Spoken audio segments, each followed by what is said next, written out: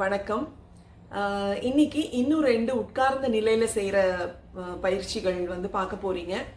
அதுக்கு முன்னாடி முயற்சி அப்படின்ற ஒரு வார்த்தையை பற்றி கொஞ்சம் பார்க்கலாமா?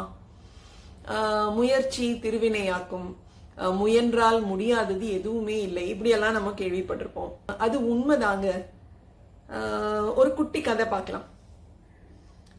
ஒருத்தன் ஒரு யானைகள் சரணாலயத்துக்கு போனானாம். அங்கே யானைகளை கட்டி போட்டிருப்பாங்க இல்லையா சரணாலயத்தில். ஸோ அதை பார்த்து அவனுக்கு ரொம்ப பெரிய ஆச்சரியம் ஆயிடுச்சான். ஏன் அப்படின்னாக்க, யானைகள் வழக்கமாக சங்கிலி போட்டு தான் கட்டி வைப்பாங்க. ஆனால் இந்த சரணாலயத்தில் வெறும் கயிறு போட்டு கட்டி வச்சிருந்தாங்க. ஸோ அதை பார்த்து இவனுக்கு ரொம்ப பெரிய ஆச்சரியம். என்னடா இந்த யானையை இப்படி கயிறு போட்டு கட்டி வச்சிருக்காங்களே, ஒரு சின்ன முயற்சி எடுத்ததுன்னா கூட இந்த யானை அந்த கயிறை அறுத்துக்கிட்டு போயிட முடியும் இல்லையா அப்படின்னு நினைச்சானோ.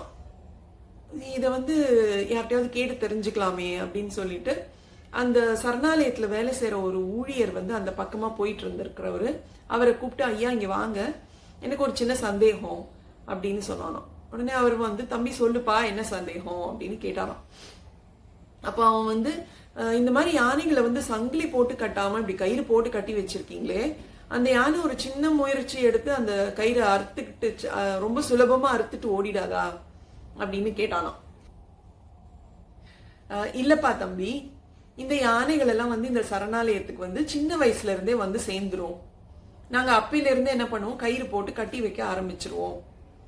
சின்ன யானைகளுக்கு அவ்வளவு தெம்பு இருக்காது. அது ஒரு தடவை முயற்சி பண்ணி பார்க்கும், 2 தடவை முயற்சி பண்ணி பார்க்கும், அதுக்கப்புறம் முயற்சியை கைவிட்டுட்டோம், சரி நம்மளால கயிறு அறுக்க முடியாது போல இருக்கு அப்படின்னு நம்ப ஆரம்பிச்சிடும். அது அப்பையில இருந்து இந்த வயசு வரைக்கும் அதையே நம்பிட்டு இருக்கோம், அதுக்கப்புறம் முயற்சியே செய்யாது.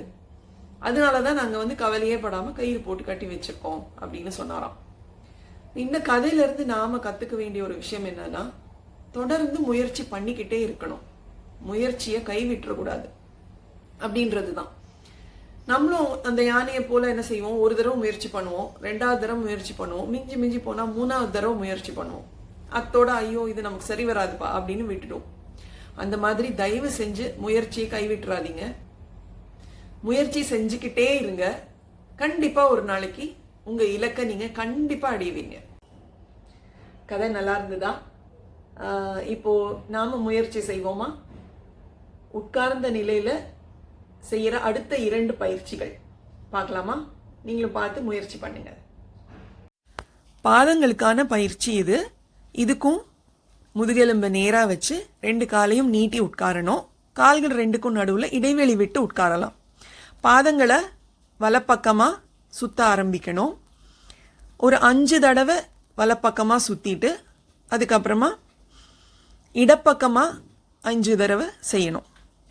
வலப்பக்கம் நம்ம எவ்வளோ தடவை சுற்றுறோமோ அதே முறை இடப்பக்கமும் செய்யணும். இது பாதங்களில் நல்ல இரத்த ஓட்டத்தை ஏற்படுத்தும். அடுத்த பயிற்சி மூச்சு சம்பந்தப்பட்ட பயிற்சி.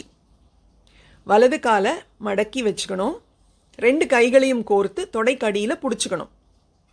அதுக்கப்புறமா காலை நீட்டணும். அப்படி நீட்டும் போது மூச்சை உள்ளிழுக்கணும். அதுக்கப்புறமா காலை மடக்கணும்.